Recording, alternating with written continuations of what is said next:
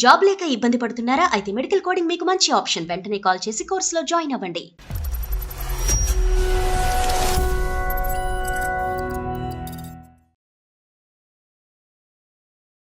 మా ఫ్రెండ్ హరీష్ బెంగళూరులో జాబ్ చేస్తుండే సార్. ఓకే. హరీష్ బెంగళూరు రమ్మని చెప్తే బెంగళూరుకి వెళ్ళినా సార్. Okay okay. ఒక 1 hour 2 hours మాతో నుండి ఒక వర్క్ ఉందని చెప్పి బయటకు వెళ్ళాను. ఓకే, హరీష్ వెళ్ళిపోయాడు, కానీ వైఫ్ ఉందా? ఆమె నేను ఇద్దరం కమిట్ అయిపోయినాం సార్.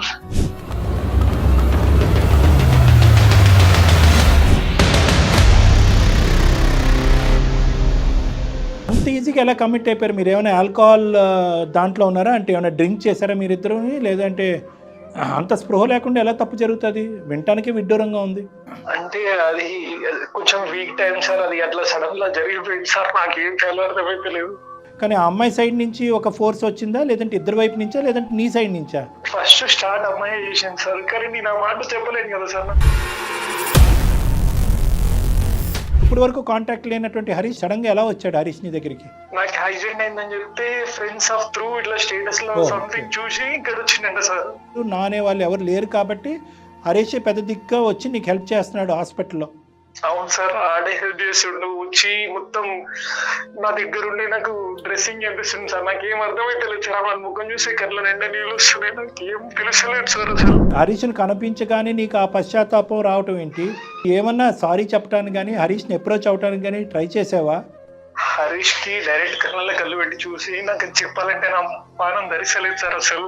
మీరన్నా చెప్తారేమో అని చెప్పి ఒక చిన్న హోప్తో మీకు కాల్ చేసిన సార్. మీ ఫ్రెండ్ వచ్చి ఇప్పుడు నీకు సేవ చేసేటటువంటి టైంలోనే నీకు ఆ పాత జ్ఞాపకాలు గుర్తొచ్చి అది ఇప్పుడు కడిగేసుకుందాం, ఒక అపాలజీ చెప్దాము, ఇప్పుడు ఎందుకు రావాలి? 5 సంవత్సరాల్లో ఎప్పుడైనా బెంగళూరు వెళ్ళి మీ ఫ్రెండ్ కాళ్ళ మీద పడి అరే ఈ తప్పు జరిగిపోయిందిరా, నన్ను నీ భార్యని ఇద్దరిని క్షమించు, ఇది ఇక్కడితో వదిలేసాయని చెప్పి ఎప్పుడన్నా అడుగుండేవాడు కదా. ఇప్పుడు ఎందుకు అడుగుతున్నావు? అంటే అందులో మా వేదికను ఎందుకు వాడుకుంటున్నావు? సార్ నేను ఎప్పటికైనా చెప్పాలనే ఉండే సార్. కాకపోతే ఇంకో 1-2 నెలల్లో నేను చనిపోతా సార్. 1 month 2 months లో నేను చనిపోతా సార్.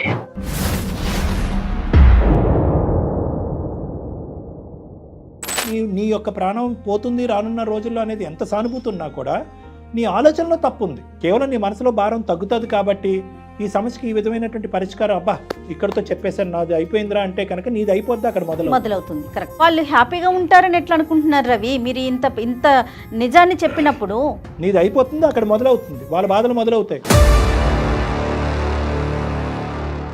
అందమైన జీవితం కార్యక్రమానికి స్వాగతం.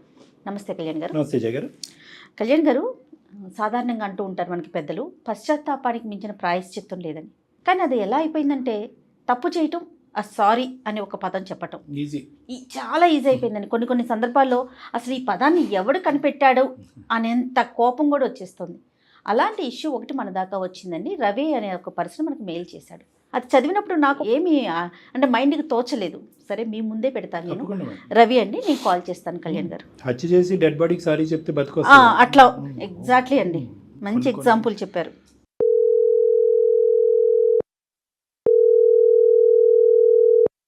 హలో, నమస్తే అండి. హలో, నమస్తే అండి, రవి గారా మాట్లాడేది? నేను జయానండి, సుమన్ టీవీ అందమైన జీవితం ప్రోగ్రామ్ నుంచి కాల్ చేస్తున్నాను.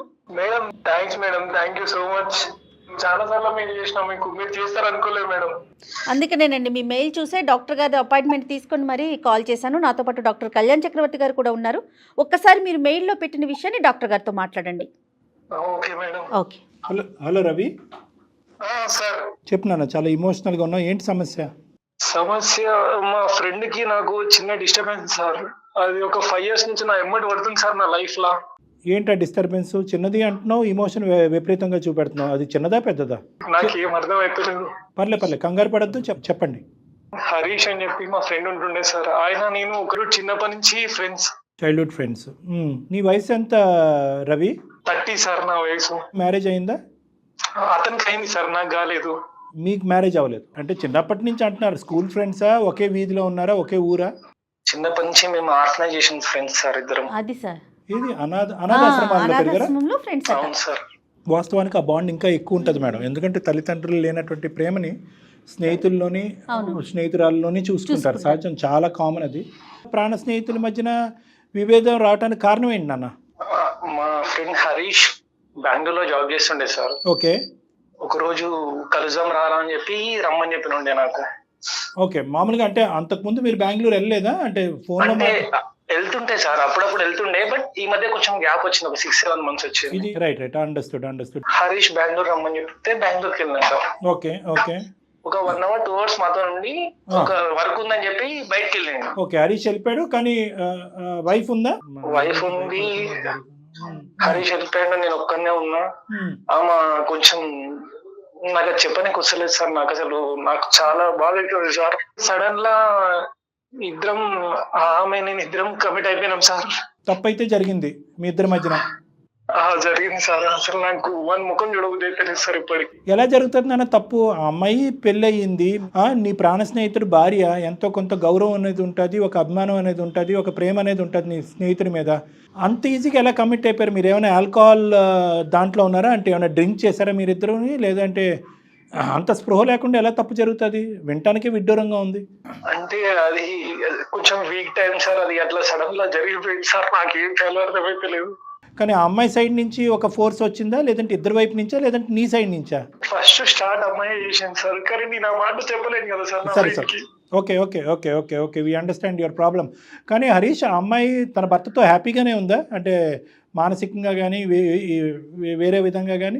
ఏమో సార్, అది జరిగిన తర్వాత నేను హరీష్ తో అంత క్లోజ్ ఉండలేదు. బయటకు వచ్చేసిన సార్, ఇంట్లోకి వెళ్ళి బయటకు వచ్చేసి హైదరాబాద్కి వచ్చేసిన. మొత్తానికి నెంబర్ బ్లాక్ చేసిన, అన్ని తీసేసిన. హరీష్ కి నాకు ఒక 4 to 5 years అసలు మాటలు ఇప్పటి వరకు. కాదు నాన్న, హరీష్తో అంత ఇదిగా బ్లాక్ చేసినప్పుడు హరీష్ నేను అప్రోచ్ అవటానికి, అంటే చిన్ననాటి స్నేహితులు, ఆల్మోస్ట్ ఒక 25 సంవత్సరాలు అనుకోవచ్చు మీ యొక్క ప్రయాణము. ఏదో విధంగా హరీష్ నిన్ను కాంటాక్ట్ అయ్యి ఏరా ఉన్నట్టుండిగా ఏం జరిగింది అనేది ఏదో విధంగా తెలుసుకునే ప్రయత్నం చేస్తాడు కదా. మొన్న రీసెంట్ గా నాకు యాక్సిడెంట్ అయింది సార్. ఓకే యాక్సిడెంట్ అయ్యి నేను హాస్పిటల్ ఉంటే హరీష్ ఇప్పుడు వచ్చి అన్ని ట్రీట్మెంట్స్ అన్ని ఆయన చూసుకుంటుంది సార్. నా ముందరనే తిరుగుతుంటే నా పానం ధరిస్తలేదు సార్ అసలు. సో హరీష్కి ఇప్పటికీ కూడా మీ ద్వారా ఎలాగో తెలియలేదు, కానీ వాళ్ళ భార్య ద్వారా కూడా ఈ తప్పు జరిగిందని తెలియలేదు హరీష్కి? ఏమో సార్, అది నాకు తెలియదు. కానీ నాకు అసలు నా కళ్ళ ముందు తిరుగుతుంటే నేను తట్టుకోలేకపోతున్నాను సార్. ఇప్పుడు వరకు కాంటాక్ట్ లేనటువంటి హరీష్ మళ్ళీ నీకు ఎలా కాంటాక్ట్ అయ్యాడు? ఫోన్ కాంటాక్ట్ లేదు, అన్ని సోషల్ గ్రూప్స్ అన్ని బ్లాక్ చేశానని అన్నావు. సడన్ గా ఎలా వచ్చాడు హరీష్ నీ దగ్గరికి? నాకు యాక్సిడెంట్ అయిందని చెప్తే ఫ్రెండ్స్ ఆఫ్ త్రూ ఇట్లా స్టేటస్ లో సంథింగ్ చూసి ఇక్కడ వచ్చిందంట సార్. వెనక ముందు ఎవరు లేరు, నా అనే వాళ్ళు ఎవరు లేరు కాబట్టి హరీష్ పెద్ద దిక్కుగా వచ్చి నీకు హెల్ప్ చేస్తున్నాడు హాస్పిటల్లో. అవును సార్, ఆడే హెల్ప్ చేస్తుండు. వచ్చి మొత్తం నా దగ్గర ఉండి నాకు డ్రెస్సింగ్ చేపిస్తుంది సార్. నాకేం అర్థమైతే లేదు సార్. వాళ్ళ ముఖం చూసే కళ్ళ నిండా నీళ్ళు వస్తున్నాయి. నాకేం తెలుసలేదు సార్ అసలు. కరెక్టేనా? నాకు అర్థమైంది. ఇప్పటికీ హాస్పిటల్లో ఉన్నావా, డిశ్చార్జ్ అయ్యావా? హాస్పిటల్లోనే ఉన్నా సార్ ఇంకా నేను. అంటే ఏంటి నాన్న మాకు కాల్ చేయడానికి కారణం ఏంటి? ఇప్పుడు హరీష్ని కనిపించగానే నీకు ఆ పశ్చాత్తాపం రావటం ఏంటి? అంతకుముందు కూడా పశ్చాత్తాపం పొందినప్పుడు నువ్వు ఏమన్నా సారీ చెప్పడానికి కానీ హరీష్ని అప్రోచ్ అవడానికి కానీ ట్రై చేసావా? హరీష్ కి డైరెక్ట్ కళ్ళు పెట్టి చూసి నాకు చెప్పాలంటే నా పానం ధరిస్తలేదు సార్ అసలు. మీరన్నా చెప్తారేమో అని చెప్పి ఒక చిన్న హోప్తో మీకు కాల్ చేసిన సార్. అది కాదు నాన్న, ఇప్పుడు నువ్వు తప్పు చేసిన వాడు నువ్వు. ఇప్పుడు మా ద్వారా అపాలజీ చెప్పాల్సినటువంటి అవసరం ఏంటి? 5 సంవత్సరాల పాటు హరీష్ లేకుండా నువ్వు ఉన్నావు, 4 or 5 years. లోపల పశ్చాత్తాపం పొందుతున్నావు. చేసింది ఒక చాలా పిచ్చి పని, చాలా మెంటల్ పని.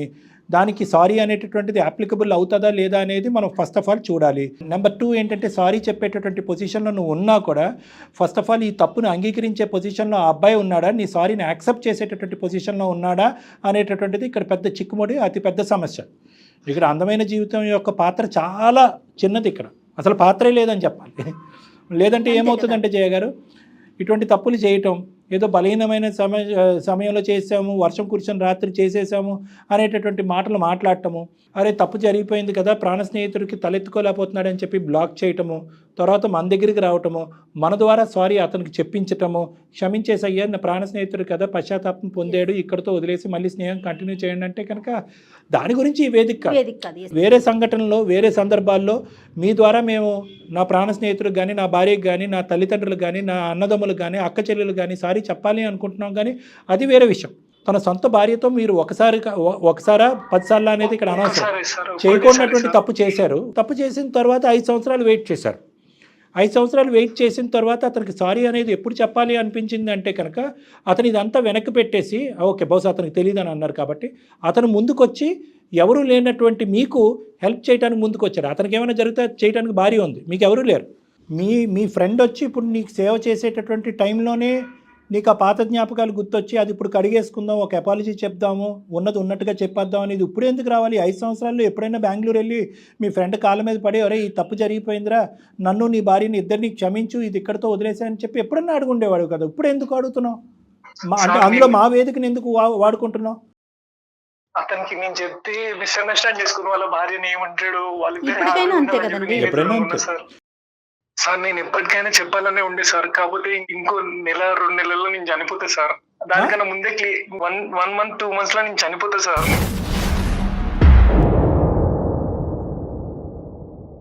ఎవరు చెప్పారు నువ్వు చనిపోతున్నా? డాక్టర్ చెప్పింది సార్. నేను ఇప్పుడు హాస్పిటల్లోనే ఉన్నా సార్. వాడు నా ముందరనే నా కన్నా ముందు తిరుగుతుంటే నాకు మంచిగా అనిపిస్తలేదు సార్ అసలు. సో నీ మాటలు మేము నమ్మచ్చా? నమ్మొచ్చు సార్, ఏం ప్రాబ్లం లేదు. కావాలంటే వీడియో కాల్ చేయండి, బిల్స్ పంపించమంటే బిల్స్ కూడా మెయిల్ చేస్తాను, నాకేం ప్రాబ్లం లేదు సార్. లేదు అవన్నీ అక్కర్లేదులే, కానీ ఇది చాలా బాధాకరమైన అంశం. ఆ రోజు యాక్సిడెంట్ అయినప్పుడు నా 2 కిడ్నీలు డ్యామేజ్ అయినాయి సార్. ఇంకా నేను ఎన్ని రోజులు బతుకుతాను? డాక్టర్లు ఒక 2-3 months అనే చెప్పేది సార్. అందుకే నేను చనిపోయే లోపు మా ఫ్రెండ్కి నిజం చెప్పి చనిపోదాం అనుకున్నా సార్. నువ్వు చనిపోబోతున్న 2 monthsలో అనేటటువంటిది చాలా బాధ కలిగే అంశము. దానికి పూర్తి స్థాయి సానుభూతి అనేది మాకుంది. కానీ దానికి ఇప్పుడు నేను చనిపోయే ముందు ఉన్నది ఉన్నట్టుగా నా ఫ్రెండ్కి చెప్పేసేయాలి, నా ఫ్రెండ్ కాలమే పడిపోవాలి, సారీ చెప్పేసేయాలి, నేను సారీ చెప్పైనా మీరు నా తరపున అతనికి సారీ చెప్పాలి, లేదంటే మీ ద్వారా నేను సారీ చెప్పాలి అనేటటువంటిది ఈ 2 భిన్నమైనటువంటి అంశాలు. తేలికపరచుకోవటం కోసం అంటే తప్పు చేయలేదు, స్వార్థం కనిపిస్తుంది కదా మేడం. ఇక్కడ 100% కనిపిస్తుంది డాక్టర్ గారు. స్వార్థం కనిపిస్తుంది. నా బాధ అంటే ఒకటి చెప్తున్నాను జయ గారు, అంటే నువ్వు కూడా వినాలి రవి. ఇక్కడ నేను చెప్పాలి అంటే కనుక చెప్పటం వెనకాతల ఓకే, నీ బాధ అనేది కొద్దిగా తిరుగుతుంది. ఒరే ఒక పాపం పని చేసిన తర్వాత చనిపోతున్న నన్ను నా ప్రాణ స్నేహితుడికి ఒక మంచి చేసిపోతున్నాను అనుకుంటే అది వేరే విషయం. ఇక్కడ ఎవరికి మంచి జరుగుతుంది? నీ ఫ్రెండ్కి జరుగుతుందా? నీ ఫ్రెండ్ భార్యకి జరుగుతుందా? 5 సంవత్సరాల పాటు వాళ్ళ జీవితం సాఫీగా జరుగుతుంది, ఏమీ లేనట్టుగానే వాళ్ళు ముందుకు వెళ్తున్నారు. ఎందుకంటే నీ ఫ్రెండ్ ఇక్కడి వరకు వచ్చాడంటే కనుక బహుశా ఇప్పటి వరకు కూడా అతనికి ఈ విషయం తెలియదు అనేది మనం నమ్మాలి. ఎందుకంటే తెలిస్తే కనుక ఏ మగాడు సహించడు, ఏ మగాడు అంత పెద్ద మనసు చేసుకుని వచ్చి ఇక్కడ నీకు సేవ చేయడు.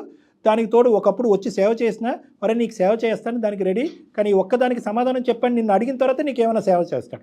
నా భార్యతో ఎందుకు ఇలా చేశావు, ఒక ప్రాణ స్నేహితుడి జీవితంలో ఎందుకు ఇలా నిప్పులు పోసావు, అప్పటి నుంచి ఇప్పటి వరకు మేము నరకయాతను అనుభవిస్తున్నాము, భార్యాభర్తలుగా మేము హ్యాపీగా లేము, లేదంటే మేము విడాకులు అయిపోయింది అని ఏదైనా చెప్పుండేవాడు. నా ఆలోచన ఏంటంటే ఇప్పటికి కూడా మీ ఫ్రెండ్కి నిజాలు తెలియదు అనేది నా ఆలోచన. ఈ రోజు మంచిది నాన్న, ఇప్పుడు ఒక విధంగా చెడులో మంచి గుడ్డులో మెల్లనుకో. ఇది ఈరోజు నువ్వు నీ ఫ్రెండ్కి ఇది తెలియపరచడం వల్ల నీకు వచ్చేటటువంటి అడ్వాంటేజ్ కేవలం నీ గుండెల్లో ఉన్న భారం దించుకోవటం, ఆ గుండెల్లో ఉన్న భారం పెంచడం తప్ప ఇంకేముంది ఇక్కడ? రేపొద్దున భార్యాభర్తలు ఇద్దరు కొట్టుకుసేస్తారు జీవితాంతం. నీ యొక్క ప్రాణం పోతుంది రానున్న రోజుల్లో అనేది ఎంత సానుభూతి ఉన్నా కూడా నీ ఆలోచనలో తప్పు ఉంది, నీ ఆలోచనలో కరెక్ట్ లేదు. నువ్వు సారీ చెప్పినా, నువ్వు యథార్థంగా కాదు ఆ అబ్బాయికి చెప్పినా, మా ద్వారా చెప్పించినా చేదనుభవమే. ఈరోజు వాళ్ళ జీవితాల్లో నిప్పులు పోసిన వాడు అవుతావు నువ్వు. అర్థమైందా నాన్న? అంటే నువ్వు కాదు, ఇప్పుడు నువ్వు 5 సంవత్సరాల పాటు ఈ విషయాన్ని అతని వరకు తీసుకెళ్లకుండా, ఉన్న నిజాన్ని అతని వరకు చెప్పకుండా, అపాలజీ చెప్పకుండా, సారీ చెప్పకుండా ఎలా అయితే ఉన్నావో ఇప్పుడు కూడా అలాగే ఉండమని నేను చెప్తున్నా. కేవలం నీ మనసులో భారం తగ్గుతుంది కాబట్టి ఈ సమస్యకి ఈ విధమైనటువంటి పరిష్కారం అబ్బా ఇక్కడితో చెప్పేశాను నాది అయిపోయిందిరా అంటే కనుక నీది అయిపోద్ది అక్కడ మొదలవుతుంది. కరెక్ట్, నీది అయిపోతుంది అక్కడ మొదలవుతుంది, వాళ్ళ బాధలు మొదలవుతాయి. వాళ్ళు హ్యాపీగా ఉంటారని ఎట్లా అనుకుంటున్నారు రవి? మీరు ఇంత నిజాన్ని చెప్పినప్పుడు నువ్వు చేసింది తప్పు, ఇప్పుడు నువ్వు చేసింది తప్పు, నువ్వు చేసింది తప్పు అని నేను పదే అన్ను. ఎందుకంటే 5 సంవత్సరాల పాటు నువ్వు నరకాన్ని అనుభవించావు, తప్పు జరిగింది, నరకాన్ని అనుభవించే సొంత ప్రాణ స్నేహితుడితో మాట్లాడకుండా నా అనేటటువంటి వాళ్ళు నీ జీవితంలో ఎవరు లేకపోయినా కేవలం నీ ప్రాణ స్నేహితుడు ఒకటే నా అనే వ్యక్తి, అతనికి అట్లీస్ట్ భార్య అన్నది ఉంది. అటువంటి నరకాన్ని నువ్వు ఆల్రెడీ అనుభవించావు కాబట్టి, ఆల్రెడీ నువ్వు పడవలసినటువంటి శిక్షను నువ్వు ఆల్రెడీ అనుభవించావు కాబట్టి ఆ ఇష్యూని పక్కన పెడదాం. ఈరోజు సడన్గా నీ ఫ్రెండ్ వచ్చేటప్పటికి నీ పాత జ్ఞాపకాలన్నీ గుర్తొచ్చేసి ఇప్పుడు నేను చెప్పేయాలి అనేటటువంటి దాంట్లో ఇమోషన్ కనిపిస్తుంది, తొందరపాటు కనిపిస్తుంది, ఆలోచన కనిపించట్లేదు. దీనివల్ల అసలు ఏంటి ఉపయోగం మీరు చెప్పండి రవి? మీరు చెప్పండి, ఏంటి లాభం మీ ఫ్రెండ్కి చెప్పడం వల్ల? ఏంటి ఉపయోగం, ఏంటి మీకేమనిపిస్తోంది? నాకు మనసులో కొంచెం బాధ అనిపిస్తుంది మేడం, చనిపోయే వరకు ఒక్కసారి చెప్తే బాగుంటుంది అని. కానీ మీరు చెప్తే నాకు కూడా కరెక్ట్ అనిపిస్తుంది. ఇక్కడ నీ భారాన్ని దించుకుని వాళ్ళ జీవితంలో భారాన్ని పెంచుతున్నావు. అది నువ్వు చనిపోక ముందే నీకు ఒక బ్యాడ్ న్యూస్ వినిపిస్తుంది. ఇది కూడా నేను గ్యారంటీ ఇస్తున్నాను. ఇప్పుడు నువ్వు చెప్పబోయేటట్టు నీ ఫ్రెండ్ నీతో ఎలా రియాక్ట్ అవుతాడు అన్నది నాకు తెలియదు, కానీ ఇంటికి వెళ్ళి వాళ్ళ భార్యతో చాలా చండాలంగా రియాక్ట్ అవుతాడు. అది తెగదెంపుల వరకు రావడానికి 110% ఛాన్సెస్ ఉన్నాయి. అవును సార్, కానీ అన్న రోజు నా ముందర తిరుగుతుంటే ఆ టెన్షన్ కి సగం చచ్చిపోయాక ఎక్కువ బాధ అవుతుంది సార్. నాకు ఈ బాధల్లో చచ్చిపోతేనేమని భయం అవుతుంది సార్. మనకు తెలిసిన ప్రపంచం కంటే తెలియని ప్రపంచం చాలా ప్రమాదం. నీకు తెలిసిన ప్రపంచం ఏంటంటే నీ కళ్ళెదురుగుంటూ ఉన్న ఫ్రెండ్ నువ్వు ఇప్పటివరకు నీ కడుపులో దాచిపెట్టుకుని నీ మనసులో దాచిపెట్టుకున్న అంశం ఒక తెలిసినటువంటి అంశం. దాన్ని ఆల్రెడీ నువ్వు అనుభవిస్తున్నావు. నీ ఫ్రెండ్ ఏమీ లేనట్టుగా అతని జీవితం అతను ముందుకు వెళ్ళిపోతున్నాడు. తెలియని ప్రపంచం ఏంటి? నువ్వు ఈరోజు సారీ చెప్పేసి ఉన్నది ఉన్నట్టుగా చెప్పేసి వాళ్ళిద్దరి మధ్యన ఏం జరుగుతుంది అనేటటువంటిది కేవలం ఊహించుకోవటం మాత్రమే. ఆ యాంగిల్లో నువ్వు అసలు ఆలోచించలేదు. కేవలం నా భారాన్ని దించుకోవటం, నా ఫ్రెండ్కి చెప్పడం ఒకటే ఆలోచించుకున్నావు. కానీ ఆ తర్వాత జరిగేటటువంటి పరిణామాలు, వాళ్ళిద్దరు సుఖంగా ఉంటారా, సంతోషంగా ఉంటారా, ఆ అమ్మాయిని మంచిగా వదులుతాడా, కొట్టుతాడా, తిడతాడా, విడాకులు ఇస్తాడా, ఇవేం నువ్వు ఆలోచించలేదు. సార్ నా మనసులో బాగా అవ్వాలంటే నేను ఏం చేయాలో నాకు అర్థమే తెలియదు సార్. ఏదైనా ఒకటి చెప్పండి సార్ మీరే. ఇప్పుడు ఇటువంటి వాటికి ఈజీ సొల్యూషన్స్ అంటూ ఏమీ ఉండవు రవి. నువ్వు ఆల్రెడీ 5 సంవత్సరాల పాటు ఈ బాధను దిగమింగుకున్నావు. నువ్వు పశ్చాత్తాపం పొందావు, రియలైజ్ అయ్యావు. తప్పు చేసినటువంటి నెక్స్ట్ మినిటే నువ్వు రియలైజ్ అయ్యావు. నీ ఫ్రెండ్కి నీ మొహం చూపెట్టలేదు, తప్పును కంటిన్యూ చేయలేదు. ఆ అమ్మాయి నీ కాంటాక్ట్లో లేదు, నువ్వు ఆ అమ్మాయి కాంటాక్ట్లో లేవు. అక్కడితో ఇద్దరు రియలైజ్ అయ్యారు, ఫుల్ స్టాప్ పెట్టారు. అర్థమైందా? అని చెప్పి మేము ఆ తప్పుని సమర్థిస్తున్నట్టు కాదు. తప్పు చేసిన తర్వాత మీరు పశ్చాత్తాపం పొందారు, రియలైజ్ అయ్యారు. నీకు పంచప్రాణాలైనటువంటి నీ స్నేహితుడి దగ్గర నుంచి నువ్వు 5 సంవత్సరాల పాటు దూరంగా ఉండి శిక్షణ అనుభవించావు. ఆ అబ్బాయి కూడా అనుభవించాడు. అది చాలు. అక్కడితో ఏమైంది అంటే కనుక నీకు రావాల్సినటువంటి పనిష్మెంట్ నీకు వచ్చింది. దీన్ని ఇక్కడితో వదిలేసాయి. నువ్వు 4 రోజులు బతుకుతావో, 2 నెలలు బతుకుతావో, 6 నెలలు బతుకుతావో ఎవరికి తెలియదు. కానీ నువ్వు చనిపోయే ముందే నీకు ఇంకో బ్యాడ్ న్యూస్ వింటే కనుక అప్పుడు ఎందుకురా దేవుడా నేను అనవసరంగా చెప్పానని నువ్వు బాధపడతావు. అరే నువ్వు చెప్పినటువంటి నిజం వల్ల నా జీవితం సర్వనాశనం అయిందిరా, సుఖంగా సంతోషంగా చిలక గోరింకల్లాగా బతుకుతున్నటువంటి భార్యాభర్తలు మేము ఈరోజు విడిపోయే స్థాయికి వచ్చాము, ఇంత పాపాన్ని ఎలా మూట కట్టుకుంటున్నావురా అని చెప్పి చనిపోయే ముందు నీకు ఇంకొక హాట్ న్యూస్, బ్రేకింగ్ న్యూస్ నీకు చెప్తే కనుక అప్పుడు ఎవరికి చెప్పుకుంటావు? ఎస్. సో అందు గురించి ఇందాక నేను ఒక లైన్ చెప్పాను, తెలిసిన ప్రపంచం కంటే తెలియని ప్రపంచం చాలా డేంజర్ నాన్న. అవతల ఒడ్డు ఎంత నరకం ఉంటుంది, అవతల ఒడ్డు ఎంత పెద్ద సమస్య ఉంటుంది. ఇక్కడ సారీ చెప్పేసి నిజంగా సమస్యకు పరిష్కారం చెప్తున్నానా లేదంటే కొత్త సమస్య కొని తెచ్చుకుంటున్నానా అనేది కూడా ఆలోచించుకోవాల్సినటువంటి అవసరం ఉంది. అర్థమైంది నాన్న? ఎస్. సో కాబట్టి మీ స్నేహాన్ని ఇలా నిలబెట్టుకో. నీ పశ్చాత్తాపం, నీ పడినటువంటి శిక్షను నువ్వు ఆల్రెడీ అనుభవించావు. ఏమీ చెప్పడానికి ప్రయత్నం చేయొద్దు. నా మనసులో ఉండేటటువంటి భావాన్ని చిన్న సమస్యతో పోయేది, గోటుతో పోయేది, గొడ్డల వరకు తీసుకొచ్చుకోవద్దు అనేది నా ఆలోచన. ఇప్పుడు టెక్స్ట్ బుక్ ప్రకారము, గ్రంథాల ప్రకారము, లిటరేచర్ ప్రకారం మనం ముందుకెళ్తే కనుక చేసినటువంటి తప్పుకి పరిష్కారం కావాలి అంటే కనుక దానికి అపాలజీ ఒక్కటే దారి అనేటటువంటిది యూజువల్గా ఉంటుంది. కానీ ఇటువంటి సందర్భాల్లో, ఇటువంటి సమయాల్లో బహుశా ఆ అపాలజీ, ఆ సారీ చెప్పటమే ఒక బూతుమాట కింద మారిపోద్ది అనేది నా భావన. కొన్ని సందర్భాల్లో అపాలజీ అనేటటువంటిది ఎప్పుడూ కూడా కండిషనల్. ఎందుకంటే నువ్వు చెప్పేటటువంటి సారీ ఇంకో సమస్యకి దారి తీయచ్చు, జీవితాలను నాశనం చేయొచ్చు.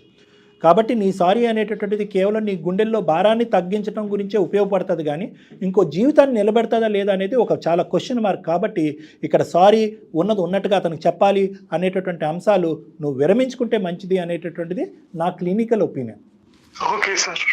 ఓకే రవి, ధైర్యంగా ఉండు రవి. నాకు తెలుసు నీకు రానున్న రోజుల్లో ఒక భయంకరమైనటువంటి ఇది ఉంది, అంటే నువ్వు బ్రతకలేవు అనేటటువంటి అంశాన్ని డాక్టర్స్ చెప్తున్నారు. కానీ గోరంత ఆశ ఉంటే కనుక చూడు, ఇంకా ఏమైనా క్లినికల్ ఒపీనియన్స్, డాక్టర్స్ ఒపీనియన్స్, ఇంకా హెల్త్ పరమైనటువంటిది ఏమన్నా ఇంకా కన్సల్టేషన్స్ తీసుకుని నీ జీవితాన్ని, నీ ప్రాణాలను నిలబెట్టుకునేటటువంటి ప్రయత్నం చేయి. దానికి సంబంధించినటువంటి హెల్ప్ ఏమైనా కావాలంటే దానికి నేను ప్రొవైడ్ చేస్తాను. మెడికల్ హెల్ప్ కావాలంటే చేస్తారు డాక్టర్ గారు, మేము వచ్చి నిన్ను కలుస్తాము. ఆ విధమైనటువంటి హెల్ప్ ఇవ్వడానికి మేము పూర్తి స్థాయి సహకారం చేస్తాను. మనోధైర్యంగా ఉండండి, మనోధైర్యానికి మించిన మందు లేదంటారు. రవి ఓకేనండి? Okay madam, thank you so much. Okay Ravi, all the best. Right, thanks madam. ఇలాంటి ఏరియాస్లో మనం పూర్తి స్థాయిలో హెల్ప్ చేయలేం మేడం. అసలు అంటే చెయ్యటం కూడా కరెక్ట్ కాదు, నా పర్సనల్ ఒపీనియన్. మనం చేయకూడదు మేడం అని చెప్పి ఆ అబ్బాయి చేత కూడా చేయించలేదు, ఎందుకంటే కాంప్లికేట్ అవుతుంది. చాలా చక్కటి డెసిషన్ చెప్పారండి. నమస్తే డాక్టర్. Thank you.